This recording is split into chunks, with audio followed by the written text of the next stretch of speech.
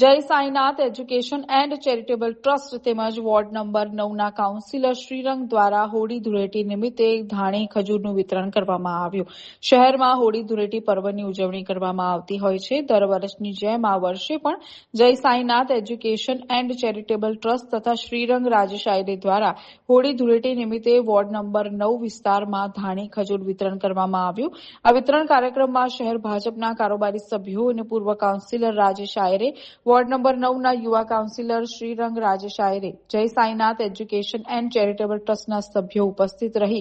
Ward number 9માં આવેલ વિસ્તાર Gotri housing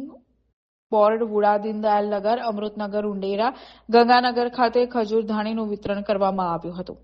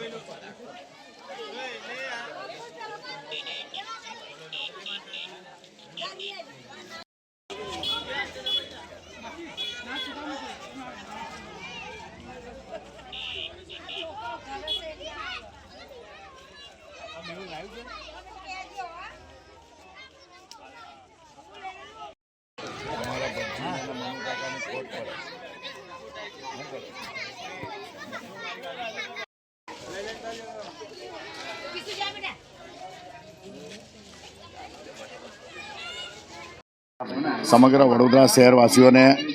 આજના દિવસે આવતીકાલે હોળી અને પછી ધૂળેટીનો કાર્યક્રમ છે, તો સૌ લોકોને આ તહેવાર નિમિત્તે ખૂબ ખૂબ શુભેચ્છા। આપણે બધા જ લોકો ખૂબ સરસ રીતે હોળી પણ ઉજવીએ છીએ, ધૂળેટી પણ ઉજવીએ છીએ, પણ અમુક વિસ્તારને અમુક જ્યાં એવી જગ્યા હોય કે જ્યાં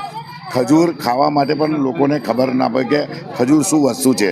ધાણી કેવી રીતના, કારણ કે મોંઘવારીના સમયની અંદર વર્ષોથી અમે લોકોએ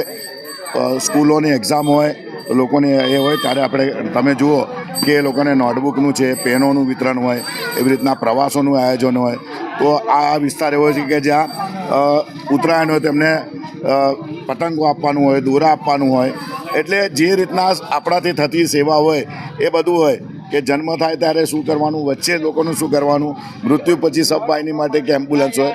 દરેક અલગ અલગ સેવા સાઈનાથ એજ્યુકેશન દ્વારા થાય છે। ત્યારે આજે આ સાઈનાથની સમગ્ર ટીમને અને સાથે સાથે વડોદરા શહેરવાસીઓને ખૂબ ખૂબ અભિનંદન આપીએ છીએ કે હોળી હવે આવતીકાલે હોળી છે, પણ આપ પણ આપણા વિસ્તારમાં આપણી આજુબાજુ જે પણ એવા જ લોકો હોય કે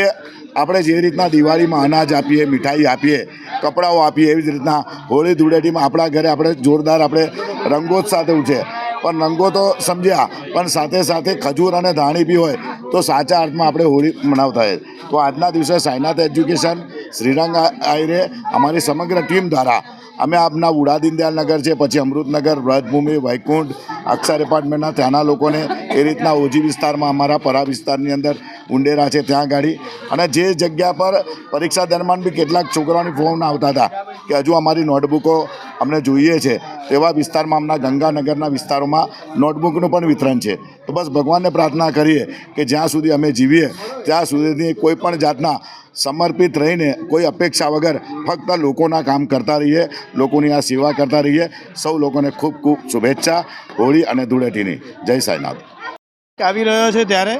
સેવાકીય વિસ્તાર જેવી રીતે કે મારા વિસ્તારની અંદર આવેલું છે ઉડા દીનદયાલ નગર, તેના અંદર અમે આજના દિવસે ખજૂરદાની અને અહીંયા વિતરણ કરવા માટે આવ્યા છે. જેવી રીતે હોળિકા દહન નિમિત્તે આપણે સૌ હોળીનો એક પર્વ ઉજવતા હોઈએ છીએ, જેવી રીતે કહેવાય કે અન્યાય અને અહંકાર પર જે સત્ય અને વિજય થાય છે, એવી જ રીતે આ હોળીનો પર્વ એટલે કે ભગવાન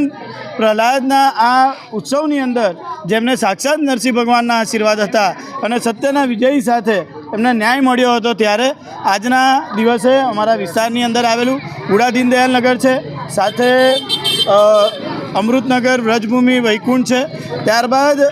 જે અમારા ઓજી વિસ્તાર એટલે કે જે નવો વિસ્તાર એડ થયો હતો એવા ઉંડેરા વિસ્તારની અંદર આવેલું જે પરા વિસ્તાર છે, તેની અંદર આજના દિવસે અમે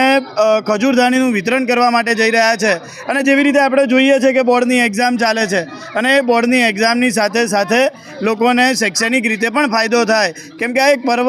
જ્યારે સેવાકીય પર્વ છે, આ એક ધાર્મિક પર્વ છે, અને એની અંદર તમામ લોકોને લાભ થાય તે માટે અમારા વિસ્તારની અંદર આવેલું ગંગાનગરની અંદર પણ અમે આજના દિવસે નોટબુક વિતરણનું પણ ત્યાં આગળ કાર્યક્રમ રાખેલો છે. એટલે આજના દિવસે ખજૂરદાનીના વિતરણની સાથે સાથે જે ઓજી વિસ્તાર છે તેની અંદર આજના દિવસે નોટબુક વિતરણનો પણ આવી રીતના જે આયોજન કર્યું છે, હું તમામ મારા જે સાંઈનાથ એજ્યુકેશન સાથે અમારા ઉડા દીનદયાલ નગરના યુવાનો છે, વ્રજભૂમિ, અમૃતનગર